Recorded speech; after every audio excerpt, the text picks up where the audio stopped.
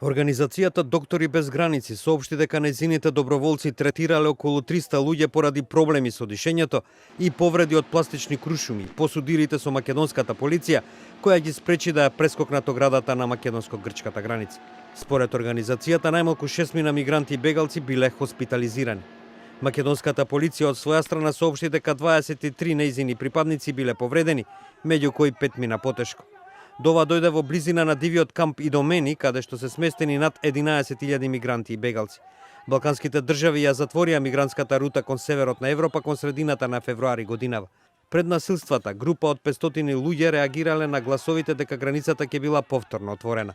Откако тоа било демантирано од македонската полиција, стотина мигранти, вклучувајќи и деца, се обиделе да се искачат на оградата пошто биле одбиени.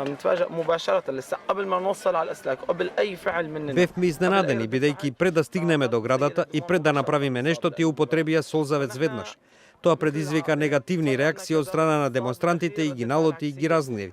Изјави за новинската агенција Reuters 23-годишниот Махмуд, мигрант од сирискиот град Алепо, кој не сакаше да биде снимено неговото лице. Грчката полиција воопшто не интервенирала. Во невообичаено острата изјава, Јоргос Кирицис, портпарол на координаторите за миграција во грчката влада, оцени дека употребата на сила од македонската полиција било опасен и жален чин. Екстензивната употреба на солзавец, шок бомби, па дури и гумени куршуми неселективно среде жени и деца, и тоа со часови, е непристојна и исклучително опасна практика. Во исто време ги повикуваме бегалците да не им веруваат на лагите во врска со границите. Тие мора да разберат дека границите се затворени, изјави Кирицис. Грчките власти се обидуваат да ги уверат бегалците и мигрантите кај Идомени да се преселат во прифатните центри, но тие не го прифаќаат тоа и сакаат да бидат поблиску до границата во случај таа повторно да биде отворена. Повеќето од нив, како што јавуваат новинските агенции, се збунети и не се свесни дека земјите членки на Европската Унија ја поддржуваат македонската одлука да ги блокираат мигрантите и бегалците.